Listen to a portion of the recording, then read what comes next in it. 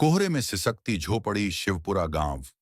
उत्तर भारत का एक ऐसा गांव जिसका नाम नक्शे पर ढूंढना मुश्किल था, लेकिन यहां रहने वालों की जिंदगी हर रोज खुद से लड़ती थी। सर्दियों में यह गांव जैसे सांस लेना भूल जाता था। जनवरी की वह सुबह जब कोहरा इतना घना था कि सूरज भी डरकर देर से निकलता था।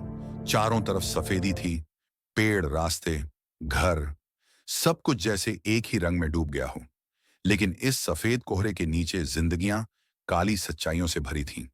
गांव के बीचों बीच अमीरों की पक्की कोठियां थीं, ऊंची दीवारें, लोहे के फाटक और अंदर जलती अंगीठियां। उन घरों से गर्म दूध की खुशबू आती थी, घी में सिकती रोटियों की महक और बच्चों की हंसी की आवाजें। लेकिन गांव के आखिरी छोर पर, जहां रास्ता कच्चा हो जाता था, जहां बिजली के खंभे गिनती के बचे थे, वहां एक झोपड़ी थी। मिट्टी की दीवारें, फूस की छत और दरवाजे के नाम पर एक पुराना टाट। यहीं रहता था श्यामलाल। श्यामलाल की उम्र कोई ठीक से नहीं जानता था, क्योंकि गरीबी में उम्र गिनी नहीं जाती, बस झेल ली जाती है। उसका चेहरा समय से पहले बूढ़ा हो चुका था। आंखों के नीचे काले घेरे, हाथों में छाले और पीठ में हल्का सा झुकाव। लेकिन उसकी आंखों में अब भी एक चीज जिंदा थी, ईमानदारी। झोपड़ी के अंदर ठंड का राज था। एक कोने में बुझा हुआ चूल्हा पड़ा था, जिसके पास बैठी थी कमला। कमला, श्यामलाल की पत्नी। चेहरे पर थकान, आंखों में चिंता और माथे पर हर रोज बढ़ती लकीरें। उसने पुराने ऊनी कपड़े अपने शरीर पर लपेट रखे थे, लेकिन ठंड फिर भी भीतर तक घुस रही थी। चूल्हा इसलिए नहीं बुझा था कि लकड़ी नहीं थी, बल्कि इसलिए कि पकाने को कुछ था ही नहीं। झोपड़ी के बीचों बीच एक पतली सी रजाई पड़ी थी, इतनी पतली कि रोशनी में उसके आर पार हाथ दिख जाए। यही रजाई इस परिवार की सबसे कीमती चीज थी। इसी रजाई को चार लोग बारी बारी से ओढ़ते थे। रजाई के अंदर से हल्की सी हरकत हुई। गुंजन धीरे से बाहर निकली। 7 साल की गुंजन, जिसे ठंड से ज्यादा डर लगता था। उसकी नाक लाल थी, होंठ नीले पड़ चुके थे और आवाज कांप रही थी। मां, उसने धीमे से कहा। आज भी बाबा चले जाएंगे क्या? कमला ने बेटी को सीने से लगा लिया। हाँ बेटी, अगर बाबा नहीं जाएंगे तो शाम को कुछ भी नहीं आएगा। तभी रजाई का दूसरा सिरा हिला। अमन धीरे से उठ बैठा। 10 साल का अमन उम्र से बड़ा दिखता था। गरीबी बच्चों को जल्दी बड़ा कर देती है। उसने कुछ नहीं कहा, बस चुपचाप बुझते चूल्हे को देखता रहा। इतने में श्यामलाल ने अपने फटे हुए जूते पहने। जूते इतने पुराने थे कि तलवे से ठंडी मिट्टी महसूस होती थी। कमला ने डरते डरते कहा, श्यामलाल, आज मत जाओ।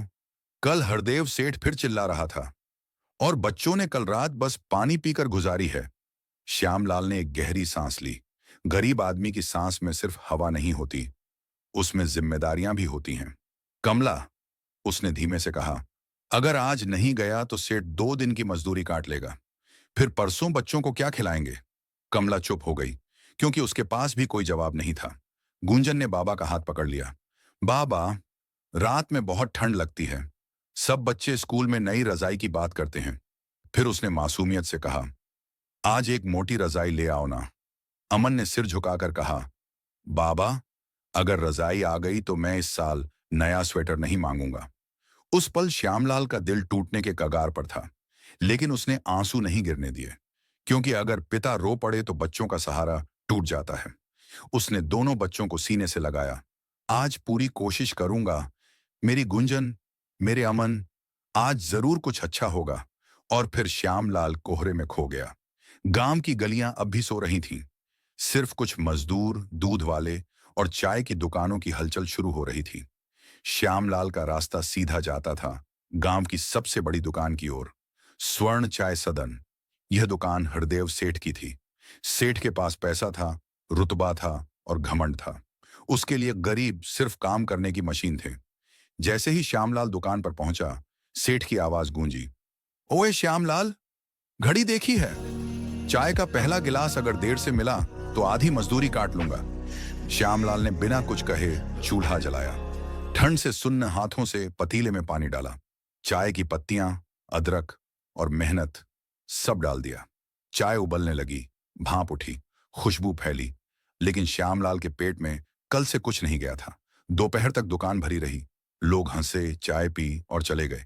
लेकिन किसी ने यह नहीं पूछा कि चाय बनाने वाला खुद भूखा है या नहीं। शाम को श्यामलाल ने हिम्मत करके कहा, सेठ जी, आज की मजदूरी और पिछला बकाया घर में कुछ भी नहीं है।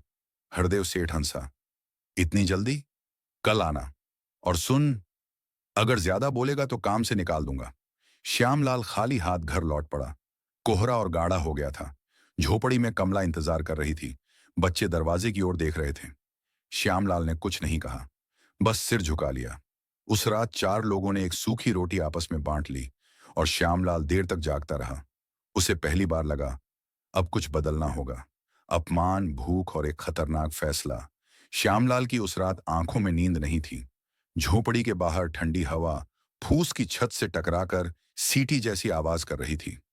अंदर कमला बच्चों को सीने से लगाए बैठी थी। गूंजन नींद में भी कांप रही थी। अमन बार बार करवट बदल रहा था और श्यामलाल खामोशी से अंधेरे को देख रहा था। गरीबी की सबसे बड़ी सजा भूख नहीं होती, वो बेबसी होती है जब इंसान चाहकर भी कुछ नहीं कर पाता। सुबह हुई, कोहरा फिर उतर आया। ऐसा लग रहा था जैसे रात गई ही नहीं। कमला ने टूटी हुई हांडी में थोड़ा सा पानी उबाला। आज बच्चों को स्कूल मत भेजना, उसने धीमे से कहा। कल मास्टर जी फिर फीस मांग रहे थे। श्यामलाल ने कुछ नहीं कहा। उसने सिर्फ अपने जूते उठाए और बाहर निकल गया। आज उसे हरदेव सेठ से फिर मजदूरी मांगनी थी, लेकिन आज उसके दिल में डर से ज्यादा गुस्सा था।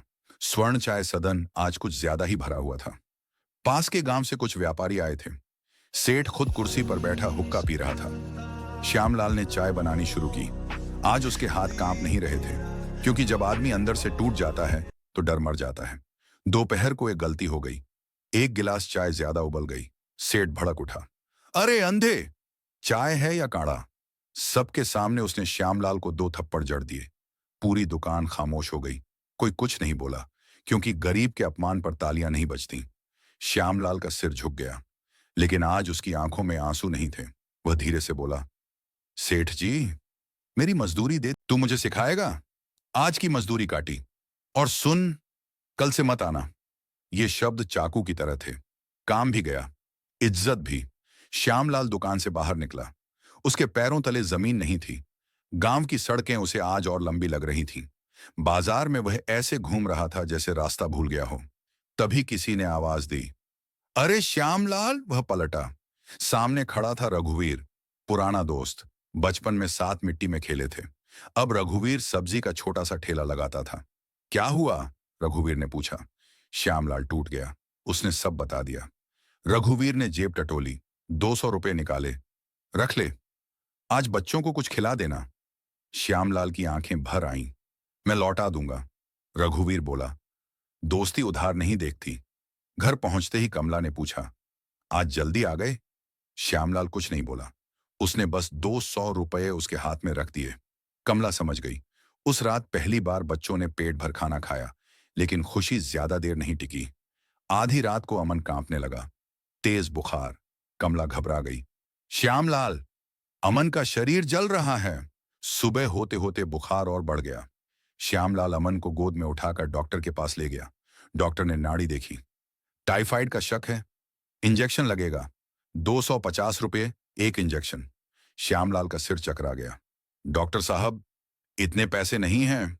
डॉक्टर ने कंधे उचका दिए। बिना दवा हालत बिगड़ सकती है। श्यामलाल बाहर निकल आया। सामने जंगल की दिशा में देखता रहा।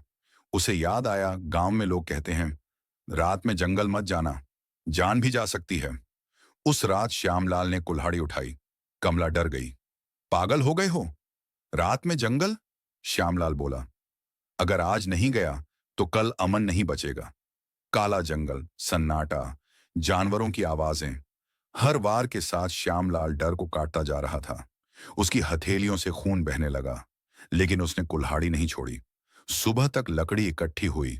उसे बेचकर 300 रुपये मिले। सीधे डॉक्टर के पास गया। पहला इंजेक्शन लगा। अमन की सांस थोड़ी ठीक हुई। श्यामलाल ने आसमान की ओर देखा। भगवान, बस इसे बचा लेना। उस रात के बाद श्यामलाल की जिंदगी दिन और रात में बंट गई थी। दिन, घर, बच्चे, बीमार अमन और चिंता। रात, अंधेरा, जंगल और कुल्हाड़ी की आवाज। जैसे ही गांव सो जाता, श्यामलाल चुपचाप झोपड़ी से निकलता। कमला दरवाजे तक छोड़ने आती। संभल कर जाना, उसकी आवाज डर से भरी होती। श्यामलाल मुस्कुराने की कोशिश करता। भगवान साथ है। लेकिन सच यह था कि हर रात वह मौत से आंख मिलाकर लौटता था। जंगल में कोहरा और भी गाढ़ा होता। पेड़ों की परछाइयां जैसे इंसान बनकर उसके पीछे चलती। हर आवाज पर दिल धड़कता। कभी लकड़ बग्घे की चीख, कभी सूखी टहनी के टूटने की आवाज। लेकिन श्यामलाल का डर अब भूख और मजबूरी से छोटा पड़ चुका था। वह सिर्फ सूखी और गिरी हुई लकड़ियां काटता। उसकी कुल्हाड़ी किसी हरे पेड़ को छूती भी नहीं थी। भगवान देख रहा है, वह मन ही मन दोहराता। सुबह होते होते वह व्यापारी के पास पहुंचता। लकड़ी तौलती जाती और पैसे मिलते जाते। 300, 350, कभी 400। सीधे डॉक्टर के पास। एक एक इंजेक्शन। धीरे धीरे अमन की आंखों में जान लौटने लगी। तीसरे इंजेक्शन के बाद डॉक्टर बोला, अब खतरा टल गया है, बस दवा समय से देना। कमला की आंखों से आंसू बह निकले। उस रात घर में पहली बार सुकून था। गूंजन पापा से लिपट कर बोली, अब आप जंगल मत जाना। श्यामलाल ने उसके सिर पर हाथ रखा। अब बहुत जल्द पापा कोई और रास्ता ढूंढ लेंगे। लेकिन रास्ता अब भी साफ नहीं था। लकड़ी काटना हमेशा का हल नहीं था। अगर जंगल के दबंगों ने देख लिया तो जान भी जा सकती थी। एक सुबह श्यामलाल लकड़ी बेचकर लौट रहा था। रास्ते में उसने देखा, स्वर्ण चाय सदन लगभग खाली पड़ा था। जहां पहले भीड़ रहती थी, आज सिर्फ 2 ग्राहक बैठे थे। सेठ चिड़चिड़ा सा काउंटर के पीछे खड़ा था। श्यामलाल रुक गया। उसे याद आया, लोग चाय पीने दुकान पर नहीं, हाथों के स्वाद पर आते हैं। उस दिन कमला ने वही बात दोहराई जो पहले भी कही थी, आप अपनी चाय खुद क्यों नहीं बेचते? पूरा गांव आपके स्वाद को जानता है। श्यामलाल हंसा। चाय के लिए ठेला चाहिए, बर्तन चाहिए, पैसे चाहिए। कमला बोली, और हिम्मत, वो तो आपके पास है। उस रात श्यामलाल सो नहीं पाया। लकड़ी के पैसों का हिसाब मन में जोड़ता रहा। थोड़ा थोड़ा बचाया जा सकता था। 3 हफ्तों में उसने 6,500 रुपये जमा कर लिए। इतनी रकम उसने जिंदगी में पहली बार देखी थी। अगली सुबह वह बाजार गया। पुराना सा ठेला खरीदा। एक केतली, कुछ गिलास, चाय पत्ती, अदरक, चीनी। कमला ने घर में बैठकर कपड़े की सफाई की। ठेले के ऊपर सफेद रंग से लिखा, गुंजन टी कॉर्नर, शिवपुरा की असली चाय ठेला जानबूझकर स्वर्ण चाय सदन के सामने लगाया गया। डर भी था, पर आत्मसम्मान उससे बड़ा था। पहला ग्राहक आया। एक चाय, घूंट लिया, आंखें बंद की। अरे, ये तो वही स्वाद है। फिर दूसरा, तीसरा। कुछ ही देर में भीड़ लग गई।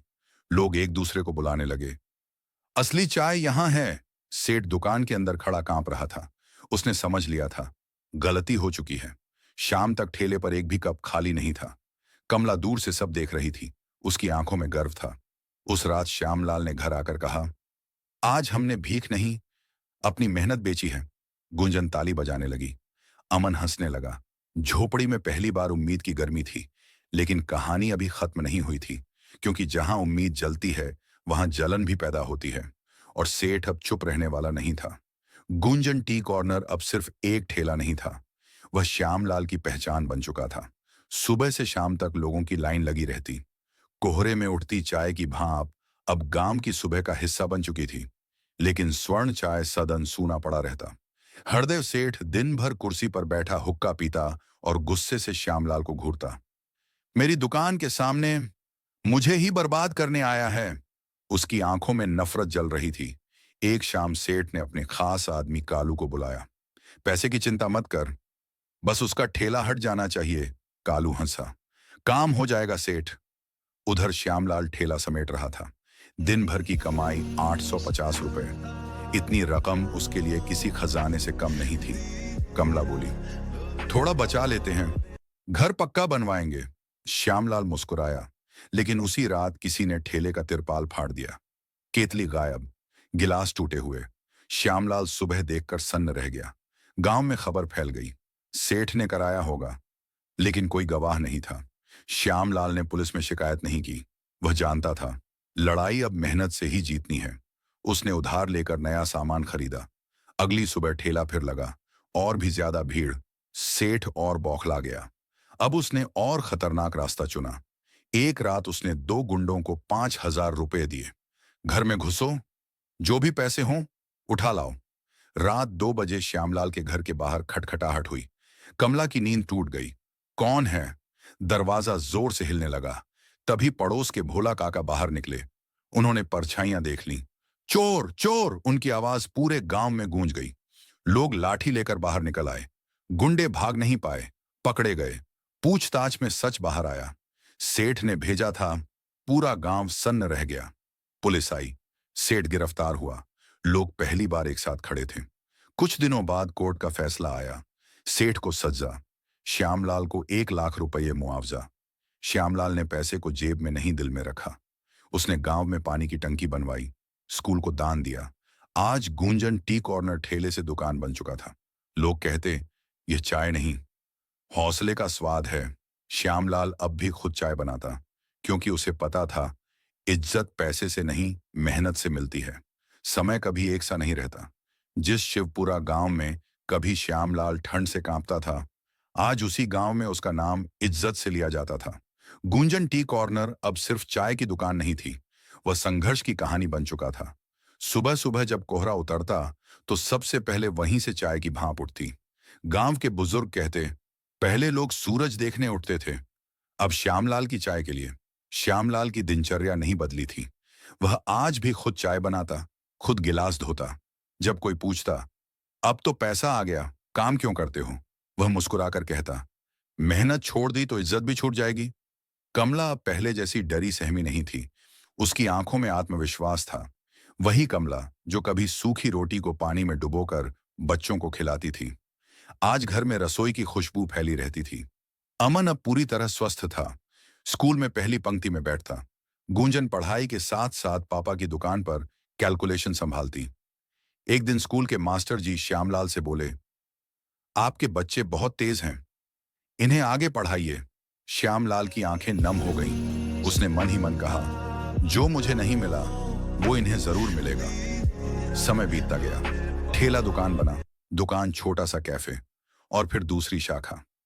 श्यामलाल ने कभी हरदेव सेठ का नाम नहीं लिया, लेकिन गांव जानता था, जो गरीब का हक मारता है वह कभी चैन से नहीं जीता। एक शाम भोला काका चाय पीते हुए बोले, बेटा, तूने हमें फिर से भरोसा सिखाया है। श्यामलाल ने आसमान की ओर देखा।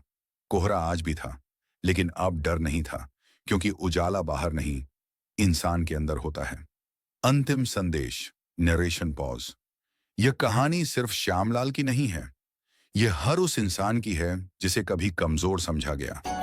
अगर मेहनत ईमानदार हो और नीयत साफ, तो कोहरे के पार उजाला जरूर मिलता है।